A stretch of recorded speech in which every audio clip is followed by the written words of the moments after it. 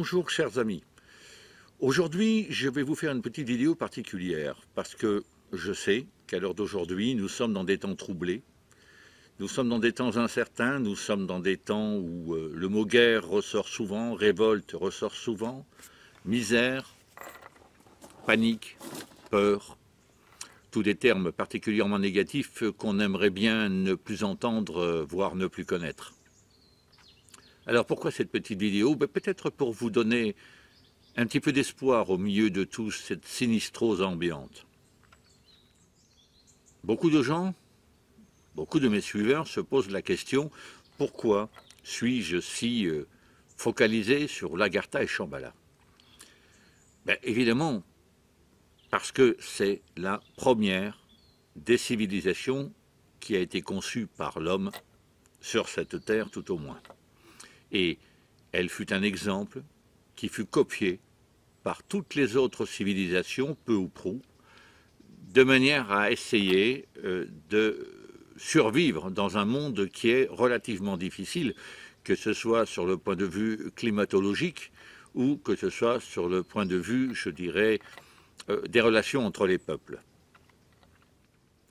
L'Agartha, c'est pas seulement un endroit légendaire, mythique, duquel serait venue une très grande partie des inspirations asiatiques de type zen, feng shui, bien sûr les arts martiaux, la méditation, l'art du combat, notamment le code Bushido, le code de noblesse des samouraïs, et que sais-je. Beaucoup de disciplines, de méthodes, de pensée, venues d'une philosophie très élaborée.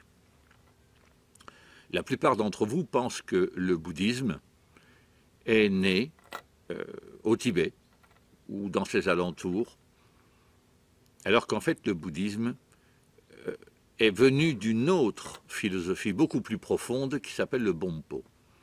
Et le Bonpo, qui est beaucoup plus rigoureux, strict, mais tout à la fois plus éclairé et plus lumineux que le bouddhisme, a été enseigné par de grands maîtres, dont Shendrap Miho, celui qui a écrit les fameuses chroniques de Shambhala et qui, migrant vers l'ouest, a rejoint la civilisation des lames où il a été divinisé et est devenu le dieu Mitra, le dieu de la lumière et de la connaissance.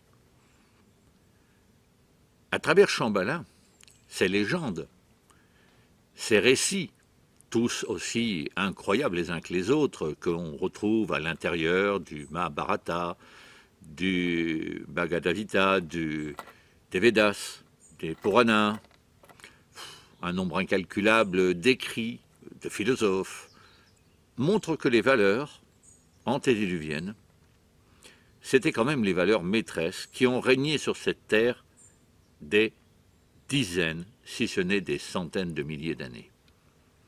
La civilisation que nous connaissons, son modèle, son paradigme, n'est né que très récemment, à peu près il y a 9600 ans, et a été pratiquement, comment dirais-je, schématisé, réglé, décrété par la civilisation de Sumer, qui a été présentée jusqu'à présent comme étant toujours et en permanence la base de notre civilisation, de notre société civilisée. Et nombre de gens parmi les puissants nous ont expliqué que sans cette civilisation, et bien sûr eux qui les dirigent, nous serions dans le chaos, la barbarie, la sauvagerie la plus extrême, la détresse alimentaire, de santé et autres, la plus totale.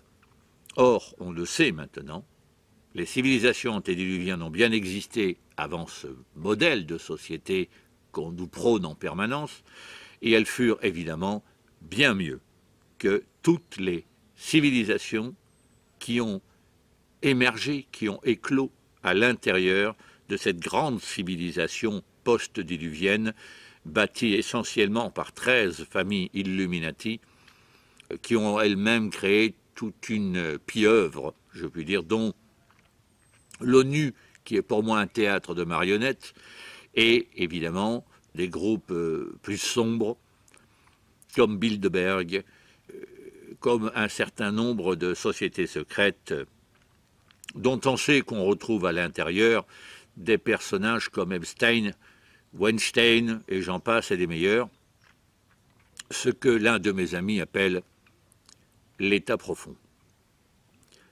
Un état au-dessus de l'état, un état pour lequel même les présidents et les rois sont des marionnettes qui obéissent à des ordres et respectent des instructions précises et vont même jusqu'à faire des actes absolument innommables, déclencher des guerres, des épidémies, déclencher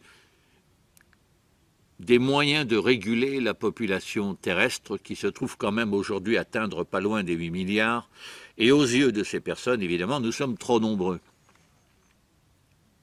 Alors il ne faut pas s'étonner si, en l'espace des 2500 dernières années, l'humanité a vécu plus de 10 000 guerres, révoltes, révolutions, que sais-je, et s'il n'y a aucun endroit sur Terre qui est épargné par la guerre, les révoltes ou bien sûr les révolutions.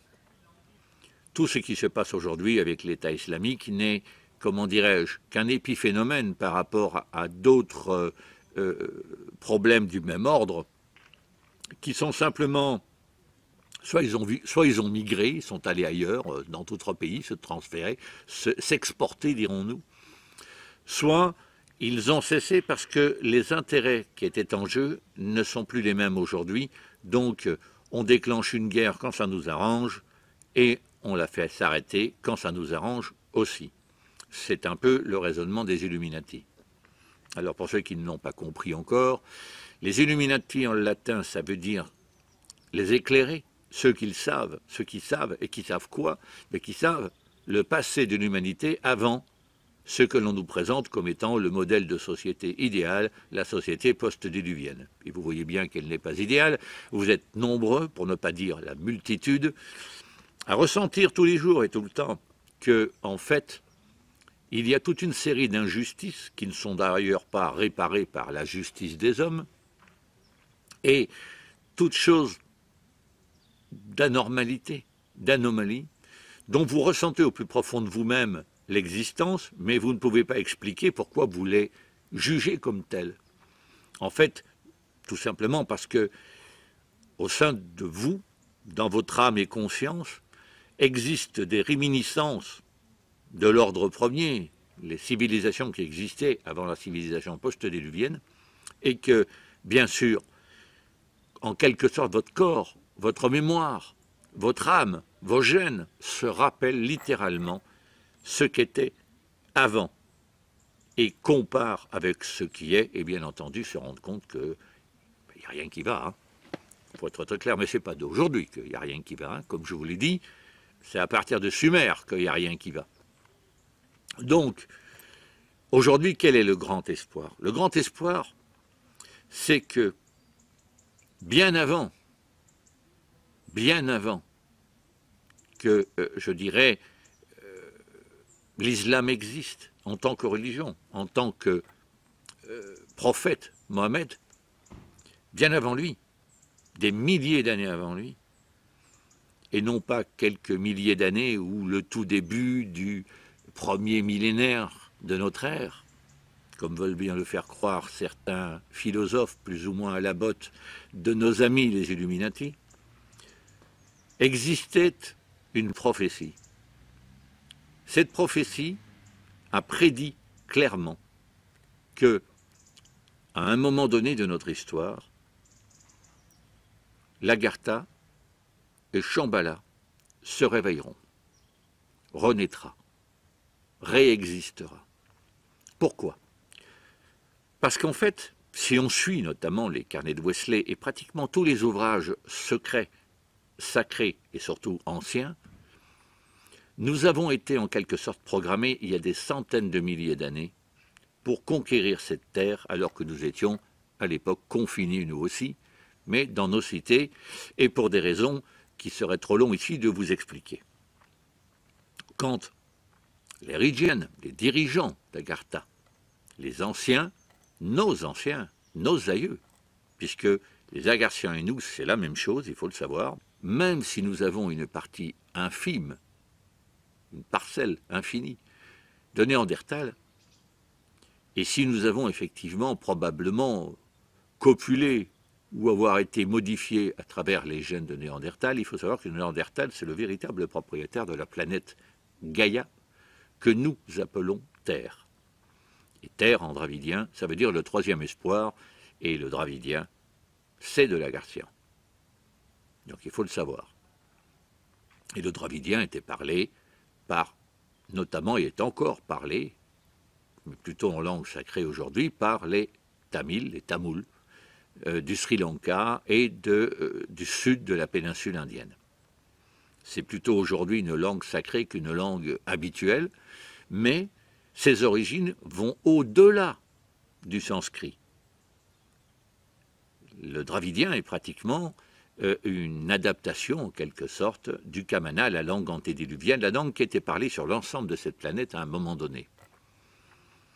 Donc, à savoir que l'Agartha avait programmé notre migration, notre expansion sur l'ensemble de cette planète, et pour éviter que nous fassions des dégâts incommensurables, nous a en quelque sorte limités dans nos capacités, nos pouvoirs.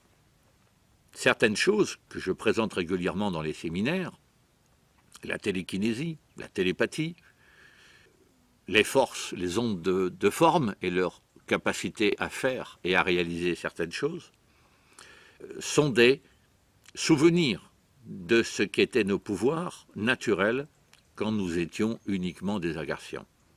C'est aussi à travers l'humanien, l'être, l'espèce humanoïde agartienne différente de l'humain, qui est en fait une sorte de mix entre Néandertal et l'agartien, et l'humanien donc.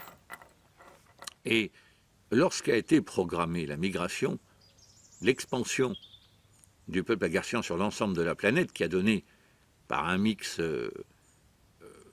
élaboré par les rishis, qu'on appellerait aujourd'hui des déviants, et qu'on appelle sous Sumer les Anunnaki, l'être humain est devenu en quelque sorte un messager de l'Agartha pour couvrir la Terre, et on lui a réduit un grand nombre de ses pouvoirs pour justement éviter qu'il puisse se prendre pour un dieu et modifier chacun dans son coin la planète selon ses convenances, ce qui aurait été un véritable chaos environnemental si les Rigiennes nous avaient laissé faire à cette époque-là. C'est une des raisons aussi pour lesquelles nous n'utilisons que 10% de notre cerveau, tout simplement parce qu'il a été bridé à 90%. Et certains de nos pouvoirs, que nous ne maîtrisons plus aujourd'hui, mais dont nous connaissons l'existence, la télékinésie, la télépathie, et dans certaines sciences, les ondes de forme et leur capacité à faire et à réaliser certaines choses, nous viennent, sont notre héritage direct de ce peuple d'Agartha. Il y a des milliers d'années, peut-être des dizaines de milliers d'années, a été établie une prophétie. Cette prophétie dite du Kalachakra, le Kalachakra étant l'enseignement final des grands maîtres en matière de bouddhisme, les grands maîtres tibétains, les lamas, et les Panchen lamas d'ailleurs, c'est le stade final de la connaissance de l'illumination, de l'avancée vers le nirvana. C'est une prophétie qui explique clairement ce qui va se passer lorsque l'Agartha et Shambhala vont être réactivés. Ça a été programmé. Je dirais presque que ce qui arrive, ce que nous faisons, la préparation de cette expédition Back to Agartha, les carnets de Wesley, qui nous tombent dès 2005 dans les mains, alors que ce personnage n'est pas historique, qu'il n'y a aucun autre écrit de lui en dehors de ces carnets, et que ces carnets n'ont jamais été publiés, ils étaient, et ils sont toujours, manuscrits. Toutes ces découvertes convergent vers un point, la prophétie du Kalachakra. Et cette prophétie du Kalachakra nous parle de choses assez étranges. Elle nous parle de l'islam avant l'islam, de la Mecque avant la Mecque.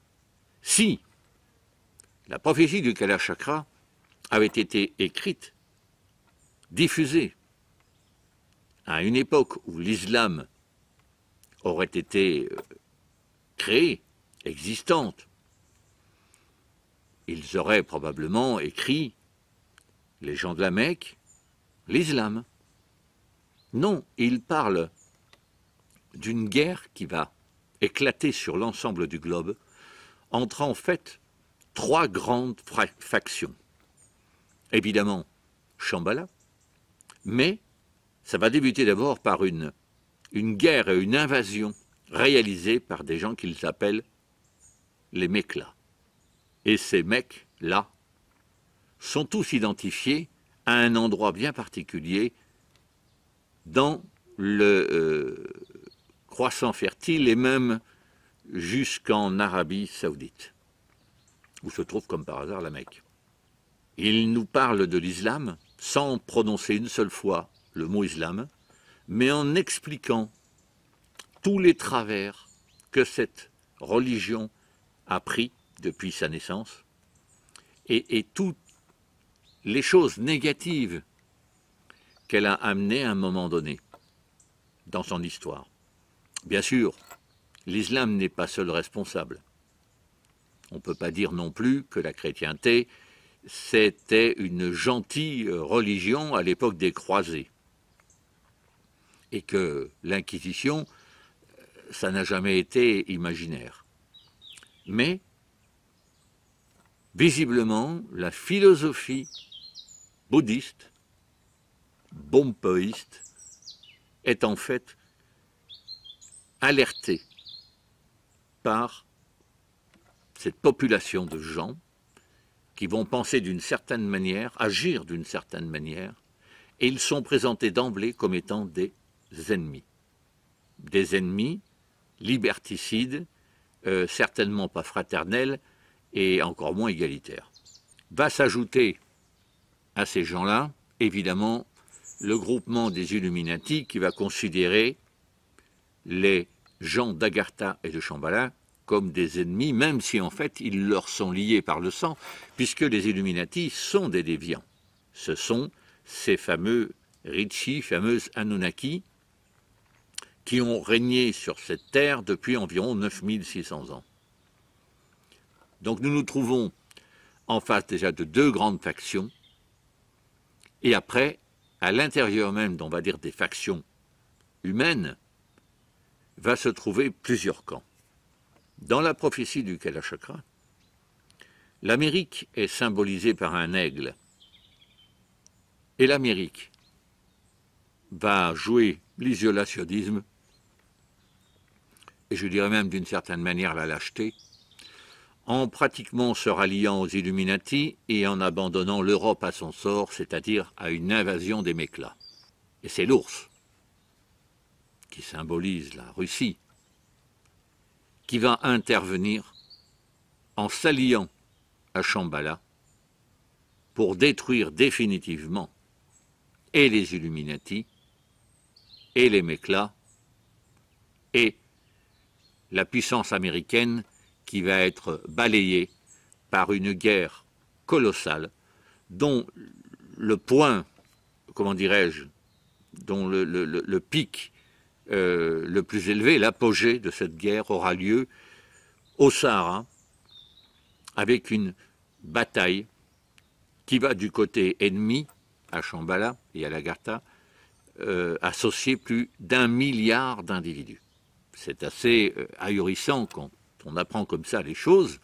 Et là, je vous fais du très simplifié. Hein. Si je devais vraiment vous donner le détail et tout, ça, il faudrait plus qu'une vidéo pour vous donner toutes ces informations. Mais ce qui se passe aujourd'hui n'est que le commencement. Nous sommes en train d'écrire la prophétie du Kalachakra. Nous sommes en train, en fait, non pas de l'écrire, mais de la vivre de l'intérieur. La civilisation que nous connaissons est en train de mourir. c'est la décadence. C'est à peu près la même situation qu'en 493 avec l'Empire romain. Nous sommes en quelque sorte des témoins de la chute, des témoins vivants de la chute de cette civilisation et de l'arrivée du nouvel ordre, qui ne sera pas le nouvel ordre mondial, mais l'ordre premier, c'est-à-dire le retour aux véritables valeurs, la fin de l'âge de fer, le début de l'âge d'or. Alors bien sûr, vous pouvez me considérer comme un grand rêveur, mais moi je trouve quand même que quand on lit la prophétie, quand on la détaille un petit peu comme les quatrains de Nostradamus, on s'aperçoit quand même que tout colle, y compris le Covid. Je veux dire, pour moi, le Covid, c'est une épidémie comme une autre, c'est une grippe comme une autre. Ça n'a rien à voir au niveau mortalité avec, je veux dire, la peste bubonique, le choléra. Je veux dire, on n'a quand même pas des morts qui brûlent en bûcher dans les rues, des balais d'ambulance qui essayent de couvrir les besoins autant que peut se faire, et on peut nous raconter un petit peu ce que l'on veut. Moi, personnellement, peut-être que ce n'est pas votre cas, mais en tout cas, moi, personnellement, je ne connais personne qui ait attrapé le Covid ou qui en soit mort. Moi et le peu de relations que j'ai autour de moi. Donc, il y a quand même quelque chose. Je porte le masque véritablement que quand c'est nécessaire, surtout par respect pour mon public et les gens dans la rue, c'est tout à fait normal. Mais je ne circule pas 24 heures sur 24 avec, et j'ai jamais rien chopé, et je ne pense pas que je choperai quelque chose, tout simplement. Parce que la grippe, quand elle circule, bien sûr qu'elle infecte des gens et qu'il y a des gens qui sont malades et que les personnes âgées qui attrapent la grippe ont de fortes chances de décéder, c'est clair. Mais enfin, nous sommes, il faut être un petit peu raisonnable, dans une proportion où le nombre de morts en France, c'est quand même pas non plus les centaines de milliers de gens qui sont morts à la peste de Marseille ou, je veux dire, dans d'autres endroits. Je veux dire, on n'en est pas là quand même. Donc, on peut imaginer que bien que cette épidémie existe et qu'il ne faut pas la nier, elle n'a pas la proportion qu'on veut lui donner et les gouvernements utilisent cette épidémie pour museler le peuple d'une manière ou d'une autre, pour les calmer. Vous imaginez bien, par exemple, qu'à l'heure d'aujourd'hui, du fait que vous ne pouvez pas vous réunir à plus de 6, je vois mal 6000 personnes défilant dans les rues. Alors en plus, je vois encore plus mal les policiers filer 6000 amendes dans la même journée à 6000 manifestants. Hein. Soyons sérieux. Mais, je veux dire, on voit bien qu'il y a comme une dernière carte, dernière tentative du nouvel ordre mondial d'essayer de contenir ce qui ne va plus pouvoir être contenu. Il faut être très clair. La prophétie est en train de se réaliser. Tous ces attentats, toutes ces choses qui se passent dans le monde. Vous ne savez pas me dire, à Vienne, que c'était des caricatures qui ont motivé les attaques. C'est très clair. C'est une attaque en règle entre deux civilisations et deux cultures et deux religions. Mais c'est beaucoup plus loin que ça. C'est une guerre sans quartier, sans pitié, entre deux conceptions de civilisation. Celle qui existe et celle qui a toujours existé avant celle-ci et qui est en train de revenir en force. Il faut être très clair. Alors en quoi devons-nous être positifs, heureux? En quoi devons-nous avoir de l'espoir? Tout simplement, ça prouve que maintenant, les mythes, comme les mystères, n'ont jamais été quelque chose d'imaginaire, mais quelque chose de bien réel. Après, c'était peut-être réservé dans la transmission à une élite, pas forcément une élite au sens du nouvel ordre mondial, disons des gens plus à même de comprendre les tenants et les aboutissants.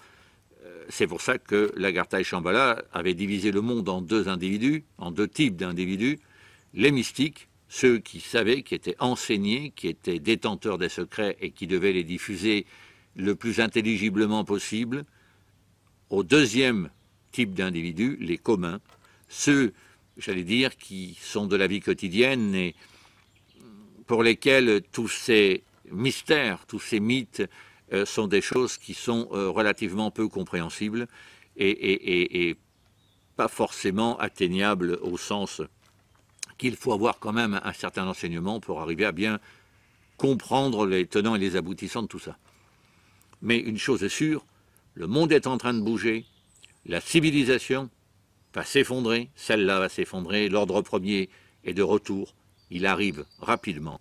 Et ce qui est intéressant dans Back to Agartha, c'est que cette expédition vient se mettre en connexion complète, en convergence complète avec le reste de ce mouvement historique. Et si l'on en croit Wesley, notre arrivée là-bas sera le point de départ de cette révolution mondiale où l'humanité va se réveiller, prendre en main son destin, mettre un terme à ces injustices et à cette civilisation et réintégrer l'ordre premier, l'harmonie, la stabilité et bien sûr toutes les valeurs antédiluviennes que l'on voit inscrites sur nos frontons mais qui n'ont jamais été appliquées nulle part dans cette civilisation. Quelle liberté, quelle égalité, quelle fraternité. Regardez autour de vous, regardez l'histoire de tous les pays et vous vous direz, effectivement, on utilise des valeurs très puissantes, très hautes, issues des mondes antédiluviens, mais on les utilise dans un plan marketing, pas dans un plan philosophique. On ne les a jamais appliquées nulle part, preuve en est. 10 000 guerres en 2500 ans. Je vous laisse sur ces réflexions. N'hésitez pas à me questionner, je pourrais peut-être vous donner plus de détails une fois que je serai devant mes livres, devant mes dossiers, devant mes documents. Je pourrais peut-être même vous alimenter avec des pièces complémentaires qui viendront à l'appui de tous mes dires. Mais sachez quand même une chose, c'est ce qu'il faut retenir, et c'est là-dessus que je vais vous quitter. Le nouvel ordre mondial ne verra pas le jour. Et le grand reset ne sera pas à leur avantage. Le monde change, le monde va changer, vous changez avec lui. Chaque jour, vous êtes un peu plus conscient que le jour d'avant. Et une chose est très claire, nous allons enfin, je pense, vivre l'année 0 du nouvel âge d'or. Et nous verrons ainsi la fin de toutes les misères sur cette terre. Ayez confiance, accrochez-vous, ce n'est pas le moment de lâcher, on est près du but, tous autant qu'on est, chacun à notre place, faisant chacun notre rôle dans cette grande histoire de l'humanité. À bientôt mes amis, ciao.